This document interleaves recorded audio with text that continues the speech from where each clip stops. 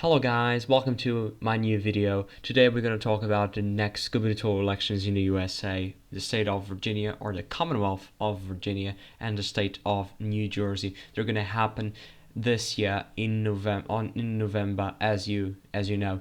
So basically Virginia is a Republican incumbent that basically he can't run for re-election because that's the Virginia law. And in New Jersey we have a retired Democrat that we're going to see new governor, either a Republican or either a Democrat.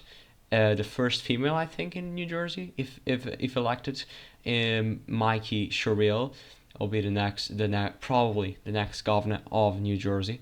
But this is these results are going to be interesting because these two states are quite different. Virginia is shifting more blue and New Jersey is shifting more red over the last few years.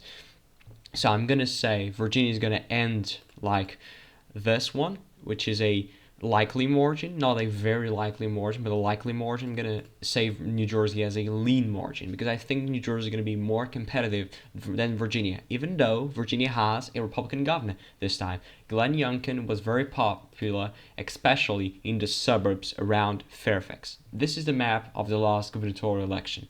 Youngkin won just shy of 2 points. Not only Youngkin won, also the candidate for lieutenant governor and attorney general also won in Virginia in 2021, but that was a different climate. We had Biden presidency at that point, and there was a lot of exhaustion because of the pandemic, of the COVID-19 pandemic. A lot of exhaustion. Biden approval was down a lot. Also, Trump approval is down a lot at this time, but it's a different situation. Trump doesn't have to handle the COVID-19 pandemic this time, so he might be in a better shape. But Virginia was red in part because of that, and in part because Youngkin was very smart during his campaign because he said, I want Trump's support, but I don't want Trump to come to Virginia because Trump can be toxic in the suburbs around Fairfax, around Richmond, around Virginia Beach area. You go to these places, look, this is Fairfax, a 30 points race. Trump lost by 40, so that is a 10 points overperformance. And Trump lost Virginia by 10 as well overall. You go to places like Loudoun County, Trump lost this by 20, I think, or something.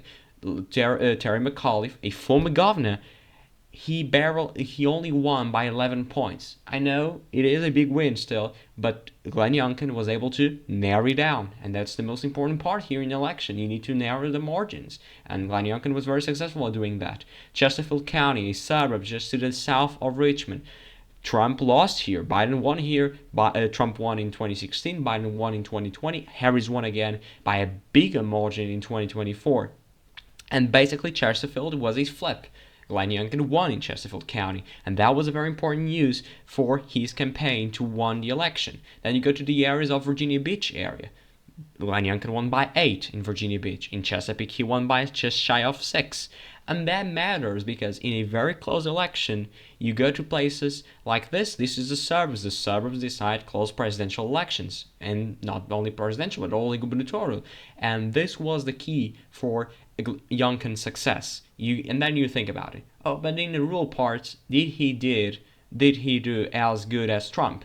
And you go to places like Tazewell, Trump won here with I think 83, Glenn Youngkin with 87. So you're guessing. Not only he got more votes in the suburbs, in the cities, in the urban votes that Trump lost in 2020, but he also did gains in Trump country, basically in Buchanan County, in Tazewell County. You go to places like Spotsylvania, just in the ex-suburbs of Fairfax, 20 points, 20 points, exactly, just a little bit more of 20 points. And you go to places like Stafford County, you're coming closer to Prince William County. This is a lot more suburban, and Glenn Youngkin won by 11. And you go to exactly Prince William County, and he lost only by 15. I'm saying only because Harris did better, Biden did better, but this was a different climate.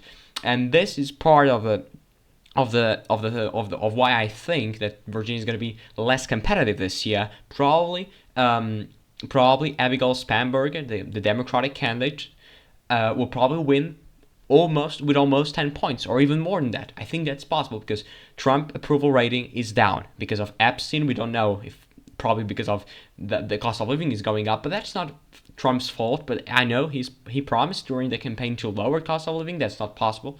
You cannot lower cost of living. I know inflation is at zero, but I don't trust that numbers. I mean, you need to always be like that in terms of government numbers, because they're always manipulated or at least massaged to get a better view in the economy, because the Americans now are seeing the economy as in a kind of a vibe session. That was a term that basically happened in the last 2 years of Biden presidency, because the economy was going up, but the people just don't feel it. And the housing market, you see prices are going now down in Texas, in Florida more than 10% in Miami, Texas more than 10% also in Austin. Then you go to places like in the northern part of the country, you go to Michigan, you go to Pennsylvania, you go to Wisconsin, and those places are seeing prices going up because we don't have housing basically, and that's really part of the problem.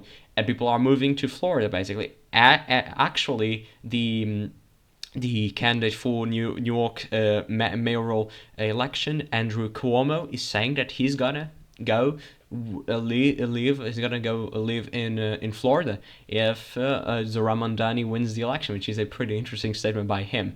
But this is Virginia. Now we're gonna move to New Jersey. This is a different state. Phil Murphy won just shy of re-election with only 3.2 points. He was an incumbent. This was the first Democratic incumbent in many years to win re-election. New Jersey had a Republican governor just shy of I think a decade ago, Chris Christie. I'm sorry. So basically, New Jersey is a different story because this is a much more competitive environment. Biden won by 17. Harris won by just, I think, 5 points, 5 or 6 points, and that was the difference. That was a huge difference. And I know we're gonna have probably the first female governor in New Jersey, Mikey Sherrill. Probably she's going to be elected. That's just probability. I think she's going to be elected. But this could be competitive. And Jack Ciattarelli, the new Republican nominee, the same as in 2021, he wants to win, of course. And if the Republicans are going to win New Jersey this time, it's going to be a really tough battle. But if they're able to pull it out, they need to win it just right here, Bergen County. It's the biggest county in New Jersey. It's a very diverse county. It's where the magic to win the election is. It's the suburbs. It's the biggest county. It's just the suburbs just north of New York. New York and Newark, the two very interesting cities, by the way. For me as a European, I think it's just magical too. Almost same names, but very interesting names as well. And Bergen County is about 10%, I think. It's 10% of the state population as a whole. Jack Ciattarelli, if he wants to win, he needs to be competitive. It's not competitive like he was here by just shy of 6 points, almost 6 points. He needs to be competitive by 2 or 1, or even winning the county. If he wins the county, this is kind of a bellwether for New Jersey. If he wins Bergen, it's gone. The Republicans are going to win the state. I don't expect that, but we'll see. This is Essex County. This is New York. It's a completely different story. The Democrats need to run it up 70+% here in Essex. This is the other county, just Jersey City. You're saying it's Hudson County, and same thing, 40 points or something. And then you go to the suburbs, you go to Ocean County. Ocean County is just right here. It's the biggest Republican producer county, turnout county, basically in terms of numbers, not in terms of percentage, in New Jersey. Ocean County, Jack Ciattarelli needs to get close to 70%. I think even reaching higher than 70%. If he does that, he might have a chance to win the state. And also here, just south, and it's very important in these conservative areas. You just here Trenton, which is here, the suburbs, Burlington County. When you go to Philadelphia, and then you have this county. You know, it's a suburb. And if Jack Ciattarelli wants to pull it out, he needs to win Burlington County. He needs to be competitive in these places because the suburbs decide close races. He needs to win the suburbs. It's a must win. But I don't think it's time to New Jersey to flip. If this was 2021 with this environment in New Jersey, I think that was possible. That would be possible. Right now, I don't think so because Trump approval rating is going to go down over the course of the months because the situation on Nipson, it doesn't seem to end. And if that continues to be true in the course of the last, until the election in November, we're probably going to see this going under the water because this is New Jersey. You're thinking if you're a Republican and New Jersey is going to go in your direction. Probably it will be, but not this time. because it's not the environment is not great for you. You're saying because you're not New Jersey and Virginia tends to vote against the incumbent in their gubernatorial races. That's true. New Jersey has that tradition for a long time. Will we see this time? We don't know. We'll see. If this is my prediction, as I can tell you, only 2 gubernatorial races. We also have New York mayoral race. I'm gonna talk about that one in the next video, but we'll see. Probably 1 Democratic gain, 2 Democratic gubernatorial races there. I think the Democrats are gonna win all of them. We'll see if that is true in November. Let's wait and let's see. See you in the next video. Thank you.